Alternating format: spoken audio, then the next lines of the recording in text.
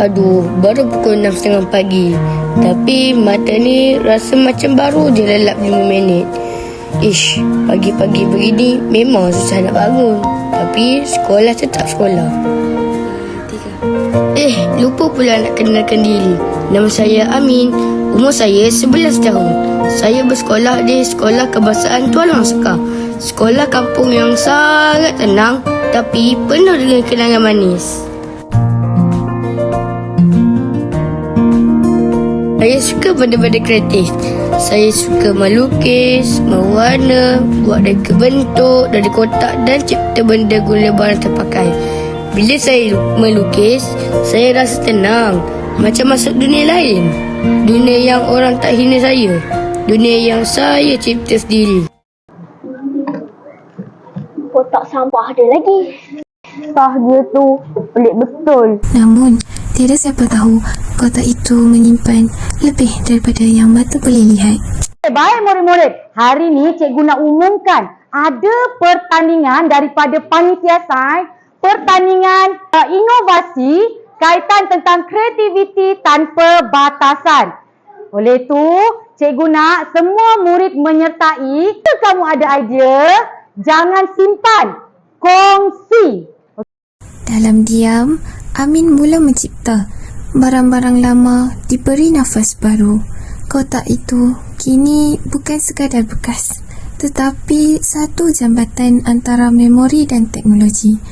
Suasana biliknya diisi harapan, usaha dan rasa rindu yang diterjemah dalam ciptaan. Okey semua, hari ni semua ada bawa inovasi masing-masing? Okey, tunjukkan kepada saya. Angkat inovasi kamu. Angkat. Okey, saya nak kamu seorang-seorang datang depan untuk persembahkan inovasi, ceritakan inovasi kamu. Okey, siapa nak datang dulu? Okey, Amai nak. Tak apa, saya pilih Amin untuk datang ke depan. Terangkan inovasi kamu. Hari yang dinanti tiba. Suasana kelas dipenuhi dengan ciptaan moden dan canggih. Namun, di tengah semua itu, Amin berdiri dengan sesuatu yang sederhana dan penuh jiwa. Saat butang ditekan, suara ayahnya bergema dan seluruh kelas terdiam. Amin, ayah bangga dengan Amin. Bukan tidak sempat bergema. Nafas Amin semakin pendek, tubuhnya rebah. Suasana bertukar panik. Kotaknya jatuh dan masa seperti turut berhenti bersama. Amin. Ni, okey tak? Kamu okey tak ni? Cepat buka mata. Buka. Okey tak? Amin.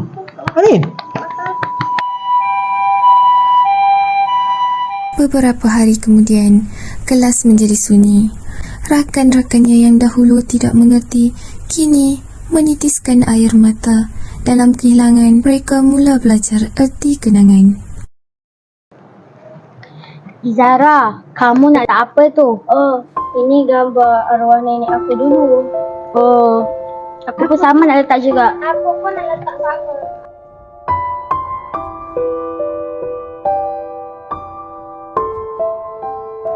Kotak ni buat saya ingat balik rasa rindu.